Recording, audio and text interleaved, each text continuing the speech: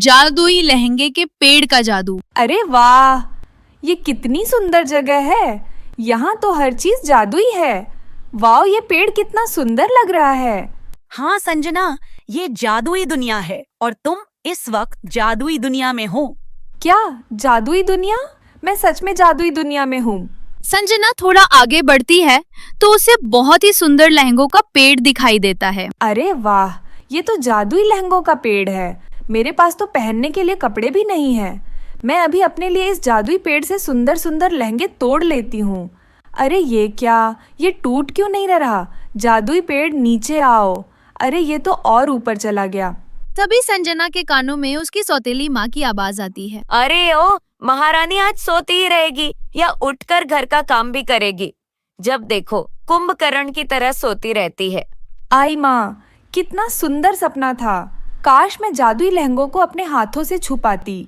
अब उठेगी भी या ऐसे ही पागलों की तरह हंसती रहेगी? कल की मार भूल गई है क्या? जी नहीं माँ, अभी जा रही हूँ। इतना बोलकर संजना घर के कामों में लग जाती है।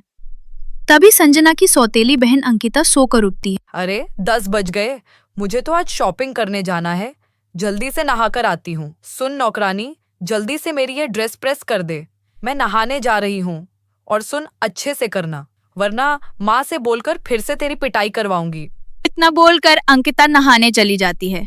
संजना जल्दी से अपनी माँ को चाय नाश्ता देकर अंकिता की ड्रेस प्रेस करने लगती है। अरे वाह, अंकिता की ये ड्रेस कितनी प्यारी है। इस ड्रेस को पहनकर एकदम बड़ी सी लगेगी अंकिता। काश मैं भी ऐसे ही सुंदर ड्रेस पहन पाती। तुझे सुनाई नहीं दे रहा क्या? कब से तुझसे यह ड्रेस मांग रही हूँ। अरे हाँ अंकिता, ये लो तुम्हारी ड्रेस। कमीनी, यह क्या किया तूने? तूने मेरी सबसे फेवरेट ड्रेस जला दी। मैं तुझे छोड़ूंगी नहीं। माँ, ये देखो ना, इस संजना की बच्ची ने क्या किया। अरे क्या हुआ? अब क्या कर दिया इस कलमोही ने? माँ देखिए ना, इसने मेरी सबसे महंगी ड्रेस जला दी। क्यों रे, कलमोही तूने मेरी बेटी की ड्रेस क्यों जलाई? माँ मुझे नहीं पता ये कैसे हो गया। मैं तो बस प्रेस कर रही थी। माँ, मैंने ये ड्रेस नहीं जलाई है। एक तो गलती करती है, ऊपर से झूठ भी बोलती है। लगता है तेरी जबान कुछ ज्यादा ही चलने लगी है। रुक, तुझे तो मैं अभी बताती हूँ। इतना बोलकर संजना की सौतेली माँ कामिनी उसे बहुत मारती है। माँ, ये ऐसे नहीं सुधरेगी। अगर आपने इसे ऐसे ही छोड़ दिया ना, तो आगे यह ना जाने क्या क्या नुकसान करेगी। इससे अच्छा है इसे इस घर से निकाल दो। तू बिल्कुल सही कह रही है बेटी। वैसे भी यह कलमुही किसी काम की नहीं है, बस खाकर मोटी भैंस बनती जा रही है। चल कलमुही, निकल जा मेरे घर से। माँ प्लीज मुझे माफ कर दीजिए। भला आप लोगों के सिवा मेरा इस दुनिया में है ही कौन? मैं कहाँ जाऊंगी माँ, आप जैसा कहेंगी मैं वैसा ही करूंगी। प्लीज मुझे घर से मत निकालिए। माँ, इसकी बातों में मत आना। ऐसे तो ये आगे भी अपनी गलती को दोहराते रहेंगी। ऐसा नहीं होगा बेटी। ठीक है, मैं तुझे एक शर्त पर इस घर में रहने दूंगी। तू बाहर जाके काम करके अपने पैसों से मेरी बेटी के लिए सेम ऐसा ही ड्रेस लेकर आएगी। तभी मैं तुझे इस घर में रहने दूंगी, ताकि तुझे पैसों की अहमियत पता चल सके। समझी? अब जा और जाकर काम पर लग जा। हे भगवान, अब मैं क्या करूं? कहाँ जाऊं? लेकिन मुझे एक बात समझ में नहीं आ रही। ड्रेस तो मैंने जलाई भी नहीं थी। फिर वो ड्रेस अचानक से कैसे जल गई? मैंने तो खुद अपने हाथों से उसे प्रेस किया था। अब मैं सेम ड्रेस कहाँ से लेकर आऊं? संजना पूरे दिन काम की तलाश में इधर उधर भटकती है, लेकिन उसे कहीं काम नहीं मिलता। मालकिन, मुझे आपकी दुकान में कोई छोटा मोटा काम मिल जाएगा क्या? नहीं, यहाँ कोई काम नहीं है। क्या पता काम करने के बहाने तू हमारी दुकान से कुछ चुरा कर भाग जाए। वैसे भी दिखने में किसी गरीब भिखारन से कम नहीं लग रही है। चल जा यहाँ से। संजना को हर कोई ऐसे ही दुत्कार कर भगा देता है। ऐसे ही शाम हो जाती है और संजना थक हार कर जमीन पर बैठ जाती है। उसे बहुत तेज भूख लगती है। हे भगवान, भूख के मारे मेरे पेट में तो चूहे कूद रहे हैं। मेरे पास तो पैसे भी नहीं है, क्या करूं? तभी अचानक से संजना के कान में मंदिर की घंटी की आवाज आती है। तेरा लाख लाख शुक्र है भगवान, तूने मेरे खाने का इंतजाम कर दिया। उसके बाद संजना मंदिर में जाकर अपने लिए खाना ले आती है और फिर एक पेड़ के नीचे बैठकर वो खाना खाने लगती है। से ही संजना खाने जाती है, वहाँ पर एक गरीब भिखारन आ जाती है। बेटी, मैंने कई दिनों से कुछ नहीं खाया, मुझे बहुत तेज भूख लगी है, कुछ खाने के लिए दे दो बेटी। इस गरीब की दुआ लगेगी, मेरी मदद करो बेटी। अम्मा यह लीजिए, आप यह खाना खा लीजिए। जीती रहो बेटी, भगवान करे जैसे तूने मेरी मदद की, ऊपर वाला तेरा भी हमेशा मदद करे। शुक्रिया बेटी। इतना बोलकर वह बुढ़िया खाना लेकर वहाँ से चली जाती है। संजना निराश मन से वहाँ से जाने लगती है। तभी वह देखती है कि एक खरगोश उसके पास आकर बहुत ही ज्यादा उछल कूद कर रहा है। मुझे ऐसा क्यों लग रहा है जैसे यह खरगोश मुझसे कुछ कहना चाह रही है। प्यारी खरगोश, शांत हो जाओ, बताओ मैं तुम्हारी क्या सहायता कर सकती हूँ। यह सुनकर खरगोश वहाँ से जाने लगता है। अच्छा, समझ गई, तुम मुझे कहीं लेकर जाना चाहते हो। अच्छा ठीक है, मैं चलने के लिए तैयार हूँ, अब चलो मेरे साथ। थोड़ी ही देर में वो खरगोश संजना को एक अद्भुत पेड़ के पास लेकर जाती है। उस पेड़ में से एक अद्भुत रोशनी आ रही थी और देखते ही देखते वो पेड़ जादुई लहंगों के पेड़ में बदल जाता है और वो खरगोश एक सुंदर परी में बदल जाती है। घबराओ मत संजना, तुम इस बार कोई सपना नहीं देख रही हो, यह हकीकत है। क्या? मेरे सपनों का जादुई लहंगों का पेड़? ये सब सच कैसे हो सकता है परी जी? संजना, सच्चे लोगों के सच्चे और अच्छे मन से देखे गए सपने हमेशा पूरे होते हैं, और तुम तो हमेशा दूसरों की मदद करती आई हो, और जो दूसरों की मदद करता है, हम परियां किसी न किसी रूप में उसकी मदद करने जरूर आते हैं। संजना, यह जादुई लहंगे का पेड़ गायब हो जाए इससे पहले तुम इसमें से एक सुंदर सा अपने लिए लहंगा तोड़ लो। लेकिन परी जी, मैं यह लहंगा नहीं ले सकती हूँ, क्योंकि मुझे अपनी बहन अंकिता के लिए सेम वैसा ही लहंगा चाहिए जैसा उसका लहंगा था, क्योंकि वह लहंगा उसका पसंदीदा लहंगा था और वह मुझसे गलती से जल गया। बोली संजना, वो ड्रेस तुमसे नहीं जला, तुमने जब प्रेस करके वो ड्रेस अंकिता को पहनने दिया था, उसी वक्त अंकिता ने उस ड्रेस को बदल दिया ताकि वो तुम्हें उस घर से निकाल सके। क्या? आखिर अंकिता ने मेरे साथ ऐसा क्यों किया परी जी? आखिर मैं अपनी बहन और माँ का दिल अभी तक क्यों नहीं जीत पा रही हूँ? तुम चिंता मत करो संजना, सब सही हो जाएगा। यह लो, ये रही तुम्हारी बहन अंकिता की ड्रेस। अब तुम जाओ और इस लहंगे के पेड़ में से अपने लिए सुंदर सा लहंगा तोड़ लो। उसके बाद संजना जादुई पेड़ में से अपने लिए एक लहंगा तोड़कर परी का धन्यवाद करके वहाँ से अपने घर आ जाती है। आ गई तू? अरे, ये तेरे हाथ में इतना सुंदर लहंगा कहाँ से आया? अंकिता, यह लहंगा मेरा है, ये मुझे जादुई पेड़ से मिला है, और ये लो, ये रही तुम्हारी ड्रेस। माँ देखो ना, लगता है ये कलमो ही कहीं से चोरी करके आई है और अब बहाने बना रही है। नहीं अंकिता, ऐसा मत कहो, मैं सच कह रही हूँ, यह लहंगा मुझे जादुई पेड़ ने दिया है। अच्छा, जादुई पेड़ ने दिया है? फिर ला दे ये लहंगा, इस लहंगे को मैं पहनूंगी। नहीं अंकिता, तुम इस लहंगे को नहीं पहन सकती हो। तू रोकेगी मुझे? तू चल हट यहाँ से। इतना बोलकर अंकिता वो लहंगा लेकर उसे पहनने चली जाती है। माँ, अंकिता को रोक लीजिए वरना अनर्थ हो जाएगा, प्लीज माम। संजना इतना बोल ही रही थी कि अंदर से अंकिता के चिल्लाने की आवाज आती है। माँ देखिए ना, ये मुझे क्या हो गया? माँ, मेरा चेहरा एकदम से गोरे से कोयले की तरह काला कैसे हो गया? ये सब इसी लहंगे की वजह से हुआ है। अब यह लहंगा मेरे शरीर से उतर भी नहीं रहा है। माँ, कुछ कीजिए ना माँ। क्यों रे कलमोही, तू इस लहंगे में क्या जादू टोना करके लाई है जिससे मेरी बेटी का यह हाल हुआ है? माँ, मैंने पहले ही मना किया था। परी जी ने यह लहंगा सिर्फ मुझे दिया है, अब तो यह उस जादुई पेड़ से ही पता चल सकता है। आप दोनों चलिए मेरे साथ। उसके बाद सभी उस जादुई लहंगे के पेड़ के पास जाते हैं। यह सब तुम्हारी बेटी के कर्मों की सजा है। लालची और झूठे इंसान का यही अंजाम होता है। तुम दोनों माँ बेटी ने संजना पर बिना वजह बहुत अत्याचार किया। यह सब बस उसी की सजा है। जादुई लहंगे के पेड़, कृपया इन्हें माफ कर दीजिए। यह मेरी माँ है और मेरी बहन है। इनसे अगर कोई गलती से भूल हो गई हो तो उसकी सजा मुझे दीजिए, लेकिन इन्हें माफ कर दीजिए जादुई पेड़। यह सुनकर अंकिता और उसकी माँ को अपनी गलती का एहसास होता है और दोनों माँ बेटी संजना से अपने की माफी मांगती है और उसके बाद जादुई पेड़ अंकिता को फिर से पहले की तरह ठीक कर देता है और फिर सभी मिलकर एक साथ हंसी खुशी रहने लगते हैं। एक गांव में निभा अपने पति जगत और बेटी पिंकी के साथ रहती थी। निभा का पति जगत सेठ के खेत में मजदूरी का काम करता था। वो उसके खेत की सिंचाई करता और उसमें सब्जियों की फसल उगाता था। फसल तैयार होने के बाद वह उसे बाजार में बेचता और पैसे लाकर सेठ को देता। बदले में सेठ उसे रोज की मजदूरी दे दिया करता था, लेकिन उतने पैसों में उनका गुजारा होना मुश्किल हो रहा था। घर चलाने में पति की मदद करने के लिए निभा दूसरों के घरों में काम किया करती थी। इस तरह दोनों पति पत्नी मिलकर किसी तरह जिंदगी की गाड़ी खींच रहे थे। एक दिन निभा, कल खेत में फसल की बुआई होनी है। आज मैंने दिन भर मेहनत करके खेत को तैयार किया है।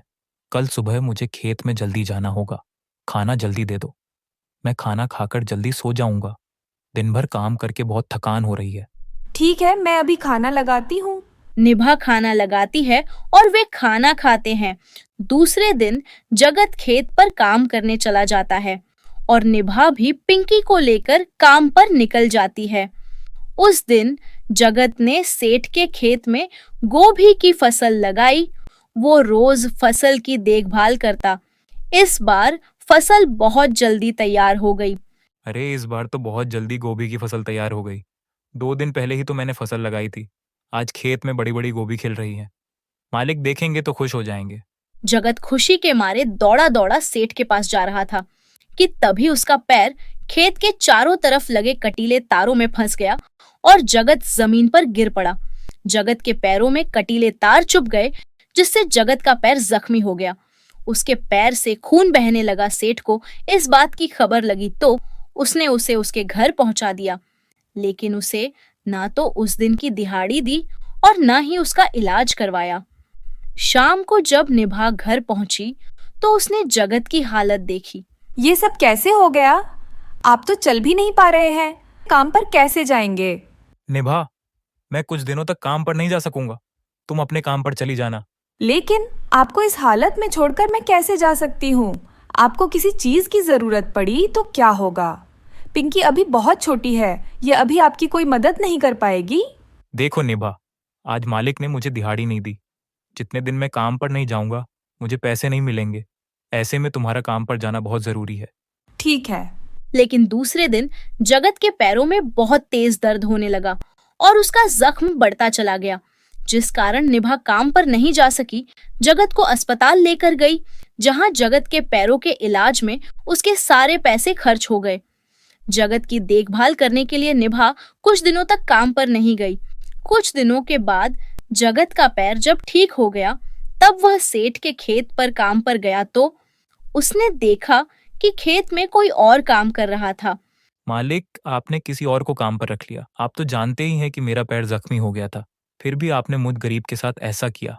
अब मैं कहाँ जाऊंगा मालिक, और क्या कमाऊं? अरे सुनो, मैं तुम्हारे इंतजार में अपना नुकसान तो नहीं करवा सकता था ना, इसलिए मैंने तुम्हारी जगह किसी और को रख लिया। ऐसा है, तुम कहीं और काम ढूंढ लो, चलो जाओ।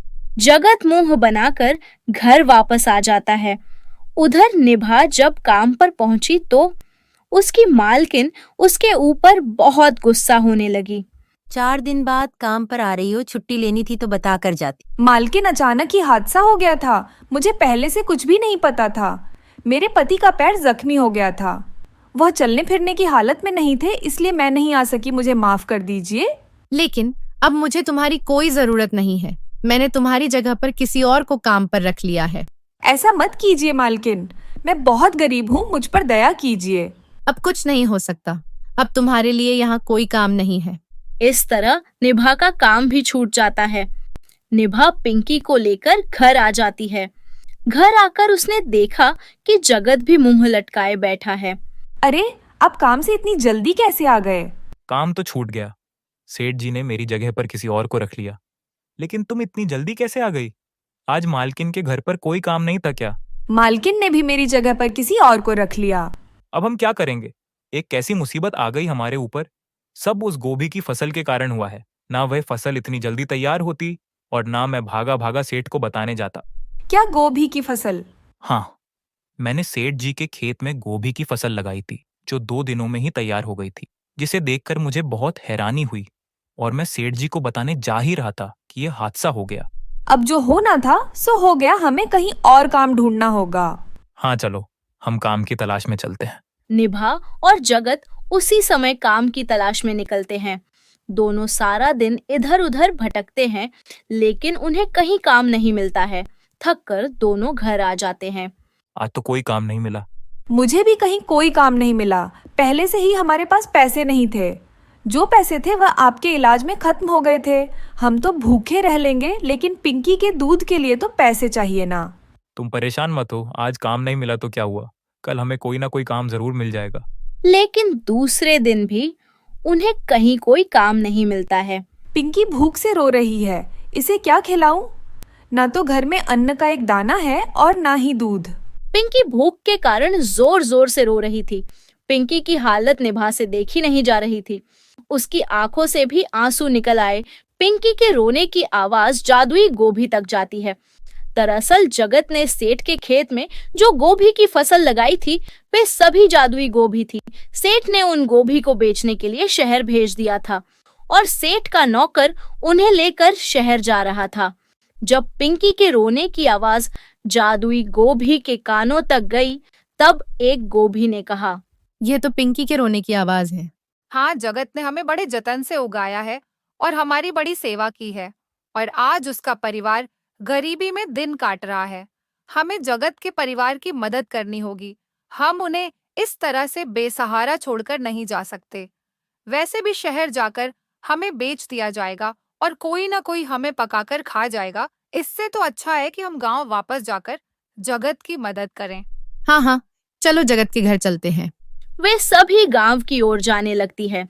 सेठ का नौकर उन्हें पकड़ने की कोशिश करता है, लेकिन वे उसकी पकड़ में नहीं आती है। सभी जादुई गोपियां उड़कर जगत के घर पहुंचती हैं और दरवाजे पर खड़ी होकर जगत को आवाज लगाती है। जगत कहाँ हो, बाहर तो आओ। कौन है? जगत घर के बाहर आता है तो देखता है कि उसके दरवाजे पर गोभी का ढेर लगा हुआ है। अरे इतनी सारी गोभियां। तभी गोभी से आवाज आती है, हम सब जादुई गोभियां हैं। जादुई गोभी? हाँ, हम वही जादुई गोभी है जिन्हें तुमने सेठ के खेत में उगाया था। लेकिन तुम सब यहाँ कैसे? हमने पिंकी के रोने की आवाज सुनी। हमें पता चला कि तुम और तुम्हारा परिवार बेहद मुश्किलों में है, इसलिए हम तुम्हारी मदद करने आई हैं। हमने अगर किसी गरीब और जरूरतमंद की मदद नहीं की तो हमारा जादू खत्म हो जाएगा। लेकिन तुम लोग मेरी क्या मदद कर सकती हो? तुम एक को भी उठाकर उससे जो भी मांगोगे वो गोभी वही चीज बन जाएगी। लेकिन इस तरह तो तुम सब खत्म हो जाओगी। नहीं, हम कभी खत्म नहीं होंगे। यकीन ना हो तो आजमा कर देख लो। ठीक है। जगत ने गोभी उठाकर उससे पिंकी के लिए दूध मांगा। तभी वह गोभी दूध में बदल गई। निभा ने पिंकी को दूध पीने के लिए दिया। फिर जगत ने जब गोभी को गिनना शुरू किया तो वह उतनी ही संख्या में थी जितनी पहले थी। फिर जगत ने एक गोभी से अपने और निभा के लिए खाना मांगा। वो गोभी 2 थाली खाने में बदल गई। फिर जगत ने जब गोपियों को गिना तो वह अब भी संख्या में उतनी ही थी जितनी पहले थी। अरे वाह, ये तो कमाल हो गया भाई। अरे तुम सब सच में जादुई गोभियां हो। हमने कहा था ना कि हम कभी खत्म नहीं होंगी। जगत और निभा ने जमकर खाना खाया। उसके बाद तुम लोग कब तक मेरी मदद करोगी? हम कभी भी किसी और की मदद के लिए यहाँ से जा सकती हैं। इसलिए तुम हमसे कुछ ऐसा मांगो जिससे कि तुम्हारी पूरी जिंदगी अच्छे से गुजरे। ठीक है। जगत ने गोभी उठाकर उससे ढेर सारे रुपए पैसे मांगे। वह गोभी ढेर सारे रुपए पैसों में बदल गई। उन रुपए पैसों से जगत ने गांव में एक खेत खरीद लिया। उसमें गोभी की खेती करने लगा। जगत और निभा की जिंदगी अच्छी चलने लगी। एक दिन वह जादुई गोपियां किसी जरूरतमंद की मदद करने के लिए वहां से जाने लगी। जगत, अभी हम जा रही हैं, लेकिन तुम्हें जब भी हमारी मदद की जरूरत पड़ेगी हम सब तुम्हारे पास आ जाएंगे। धन्यवाद जादुई गोपिया। बहुत समय पहले की बात है। ढोलकपुर नाम के गांव में अशोक एक गरीब आदमी अपने परिवार के साथ रहता था। उसके घर में उसकी पत्नी, एक 5 साल की बेटी और उसकी बूढ़ी माँ रहती थी। वह जमींदार जी के खेत में सब्जियां उगाने का काम किया करता था। उसी से उसे जो थोड़े बहुत पैसे मिलते थे उससे ही वह अपने परिवार के लिए 2 वक्त की रोटी कमाया करता था। सेठ जी, पूरा महीना हो गया, आप मुझे इस महीने की पगार दे दीजिए। हाँ हाँ, ये ले। यह क्या है सेठ जी? यह तो सिर्फ 2000 रुपए है, मेरी पगार तो पूरे 5000 है। 5000 पगार तब है जब तू दिन और रात मेरे इस खेत पर काम करेगा। दिन के सिर्फ 12 घंटे काम करने के मैं तुझे इतने पैसे थोड़े ना दूंगा। यह आप क्या कह रहे हैं सेठ जी? भला कोई इंसान 24 घंटे कैसे काम कर सकता है? पगार तो हमेशा 10 से 12 घंटे काम करने की ही मिलती है। हाँ तो जा, जहां ऐसा होता है वहां पर जाकर काम कर ले। मेरे यहां तो ऐसा ही होता है, काम करना है तो कर, वरना निकल यहां से। देखिए सेठ जी, मुझे अपनी पगार से अपने घर का राशन, अपनी माँ की दवाइयाँ, अपनी बेटी की स्कूल की फीस भी भरनी है। आप मेरे साथ ऐसा मत कीजिए। एक बार बोला ना तुझे इससे ज्यादा पगार नहीं मिलेगी, तो क्यों मेरा दिमाग खराब कर रहा है? चुपचाप जाता है या फिर अपने आदमियों को बुलाकर तेरी खातिरदारी करवाऊं, उसके बिना तू मानेगा नहीं। अपने सेठ की ऐसी बातें सुनकर अशोक चुपचाप 2000 लेकर अपने घर आ जाता है। अरे आ गए आप। आज तो आपको पगार मिलने वाली थी ना। लाइए, मुझे पैसे दे दीजिए, मैं जाकर घर का राशन और माँ जी के लिए दवाइयाँ लेकर आ जाती हूँ। अशोक अपनी पत्नी के हाथ में पैसे रख देता है। ये क्या, ये तो सिर्फ 2000 है। इसमें तो ठीक से घर का राशन और माँ जी की दवाइयाँ भी नहीं आएगी। आपने प्रिया के स्कूल की फीस अपने पास ही रख ली है क्या? नहीं गीता, इस बार सेठ जी ने मुझे इतने ही पैसे दिए हैं। वह बहुत कंजूस है और चालाक भी। उन्होंने मुझे मेरी मेहनत का भी पूरा पैसा नहीं दिया। जब मैंने उनसे बाकी के पैसे मांगे तो कहने लगे कि अगर पूरे पैसे चाहिए तो दिन के 24 घंटे यहीं पर काम कर। काश मुझे कोई और काम मिल जाता तो मुझे ऐसे अत्याचारी सेठ के यहाँ काम ना करना पड़ता। चिंता मत कीजिए जी, आपने भगवान से प्रार्थना की है तो भगवान आपकी जरूर सुनेंगे। देखना, जल्द ही हमारे पास कोई हल निकल कर आएगा और आपको उस बुरे सेठ के यहाँ पर काम नहीं करना पड़ेगा। जब तक मैं सब्जी और आटा लेकर आती हूँ, आप घर का जरा ध्यान रखिए। ठीक है गीता। गीता कुछ पैसे लेकर बाजार से आटा और सब्जी लेने जाती है। भैया, ये सब्जी कितने की दी? पालक की गुच्छी 10 की है, मटर 100 रुपए किलो है, गोभी 50 की एक है और आलू जो है वो 20 के किलो है। इन सब्जियों में से तो बस आलू और पालक ही थोड़े सस्ते हैं। आप मुझे 1 किलो आलू के साथ एक गुच्छा पालक दे दीजिए। आज घर पर सबके लिए आलू पालक की सब्जी ही बना दूंगी। गीता सब्जी वाले को सब्जी के पैसे देकर आगे आ जाती है। तभी एक बूढ़ी औरत अपने ठेले पर कुछ बैंगन रखकर बेच रही थी। वह गीता को आवाज लगाती है। बेटा, यह बैंगन बहुत ही ताजा है, तुम यह बैंगन खरीद लो। लेकिन माँ जी, मैंने तो अभी अभी बाजार से सब्जी खरीदी है। मैं कल आपके यहाँ से बैंगन खरीद लूंगी। बेटा, आज मेरी बिल्कुल भी बिक्री नहीं हुई। मुझे अपने पति के लिए दवाइयाँ खरीदनी है।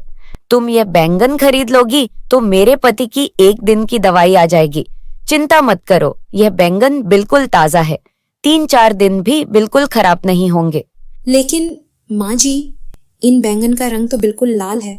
मैंने तो आज से पहले कभी लाल रंग के बैंगन नहीं देखे। बेटा, यह मेरे खेत के खास बैंगन है जो साल में 1 ही बार उगते हैं और यह जिसके भी पास जाते हैं उन्हें बहुत खुशी देते हैं। तुम इन्हें ले जाओ, तुम्हारे घर में भी बहुत खुशहाली आ जाएगी। लगता है यह माँ जी इन बैंगन को बेचने के लिए ऐसा बोल रही है, वरना अगर यह लाल बैंगन सचमुच खुशहाली लेकर आते तो यह माँ जी इन्हें मुझे क्यों बेचती? इन्हें अपने घर ही ना ले जाती। अरे बेटा, तुम मन मन में क्या सोचने लग गई? कुछ नहीं माँ जी। यह बैंगन कितने रुपए के हैं? यह सारे बैंगन तुम 50 रुपए में ले जाओ बेटा। इतने पैसों में मेरे पति की दवाई आ जाएगी। लेकिन मेरे पास भी सिर्फ 50 ही रुपए बचे हैं। अगर मैंने इन पैसों से बैंगन खरीद लिए तो घर पर दूध नहीं ले जा पाऊंगी। लेकिन कोई बात नहीं, एक दिन घर में दूध नहीं आएगा तो कोई बात नहीं, कम से कम इन बूढ़ी अम्मा के पति की दवाई तो आ जाएगी। ये लीजिए माँ जी, आपके 50 रुपए। आप मुझे ये सारे बैंगन दे दीजिए। तुम्हारा बहुत बहुत धन्यवाद बेटा, तुम बहुत ही नेक दिल की हो। ये लाल बैंगन तुम्हें बहुत खुशी दे। गीता लाल बैंगन को लेकर अपने घर पर आ जाती है। माँ, जल्दी से मुझे थोड़ा सा दूध दे दो ना, मुझे बहुत तेज भूख लगी है। माफ करना बेटा, लेकिन आज घर में दूध नहीं है। तुम्हें भूख लगी है ना? मैं अभी सबके लिए खाना ही बना रही हूँ, तुम बस थोड़ी देर बैठो। मैं आलू बैंगन की सब्जी और रोटी बनाकर बस अभी लाती हूँ। ठीक है माँ। गीता सब्जी बनाने के लिए लाल बैंगन को धोने के लिए जाती है, लेकिन वह जैसे ही पानी का नल चालू करती है तो उसे एक आवाज सुनाई देती है। अरे अरे अरे, जल्दी से इस पानी के नल को बंद करो, मुझे बहुत सर्दी लग रही है। अरे ये आवाज कहाँ से आ रही है? यहाँ तो मेरे अलावा और कोई भी नहीं है। कहीं प्रिया तो मेरे साथ कोई मजाक नहीं कर रही? गीता इधर उधर देखती है, लेकिन उसको वहाँ पर कोई भी नजर नहीं आता तो वह नल बंद करके अंदर सब्जी बनाने चली जाती है। जल्दी से खाना बना देती हूँ, सबको बहुत जोर से भूख लगी है। गीता जैसे ही लाल बैंगन को काटने के लिए अपने हाथ में उठाती है, वैसे ही लाल बैंगन उसके हाथ से उछलकर नीचे जमीन पर गिर जाता है। अरे मैं अभी अभी तो इन बैंगन को धोकर लाई थी और यह है कि अपने आप उछलकर जमीन पर गिर रहे हैं। मुझे जल्दी से सब्जी काटने दो, मुझे सबके लिए खाना बनाना है। अरे अगर तुम हमें काट दोगी तो हमारी सारी जादुई शक्तियां खत्म हो जाएंगी। अरे फिर से वही आवाज। आखिर यह आवाज बार बार आ कहां से रही है? जरा ध्यान से देखो, मैं हूँ जादुई लाल बैंगन और ये सब लाल बैंगन मेरे भाई बहन हैं। हम यहाँ पर तुम्हारी मदद करने आए हैं।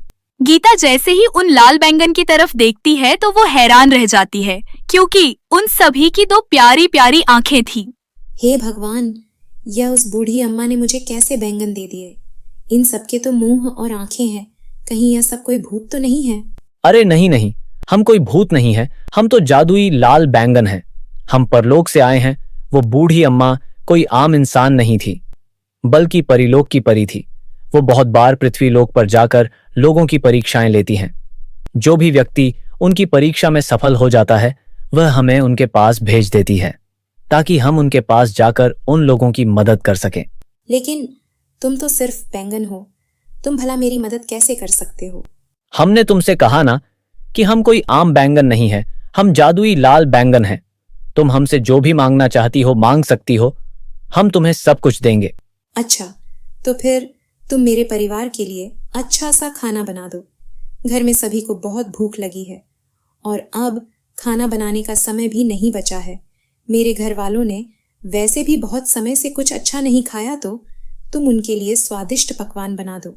ठीक है गीता, मैं अभी तुम्हारे परिवार के लिए स्वादिष्ट खाना बनाकर तैयार करता हूँ। जादुई लाल बैंगन अपनी आंखों को बंद करके कुछ मन में बोलता है। तभी वहाँ पर बहुत सारे खाने के स्वादिष्ट व्यंजन आ जाते हैं। अरे वाह, इतना सारा खाना, वह भी इतना स्वादिष्ट।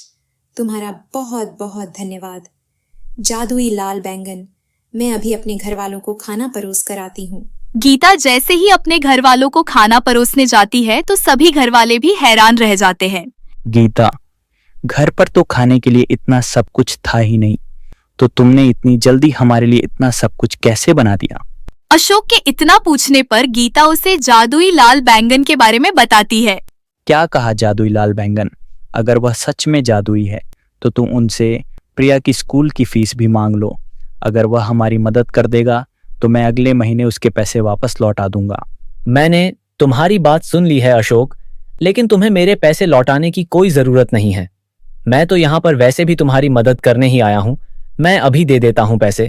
जादुई लाल बैंगन फिर से अपने आंखें बंद करके अपने मन में कुछ बोलता है। फिर वहाँ पर एक बहुत ही बड़ी लकड़ी की संदूक आ जाती है। ये लो अशोक, इस संदूक के अंदर तुम्हारे लिए पैसे हैं। अशोक जैसे ही उस संदूक को खोलकर देखता है तो उसके अंदर ढेर सारे पैसे और हीरे जवाहरात होते हैं। मैंने तो बस अपनी बेटी की स्कूल की फीस मांगी थी, लेकिन तुमने तो मुझे इतना सारा धन दे दिया। भला मैं इतने धन का क्या करूंगा? तुम सचमुच बहुत ही भोले हो।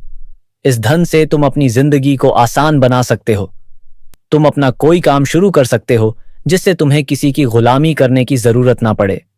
मेरी यह जादुई संदूक कभी अपने अंदर से धन को खत्म नहीं होने देती। तुम इसके अंदर से जितना भी धन लोगे उतना ही धन इसके अंदर वापस आ जाएगा। तुम्हारा बहुत बहुत धन्यवाद जादुई लाल बैंगन। इसमें धन्यवाद की कोई बात नहीं अशोक, यही तो मेरा काम है। अच्छा, अब मैं चलता हूँ, मुझे अब परिलोक पहुंचना होगा।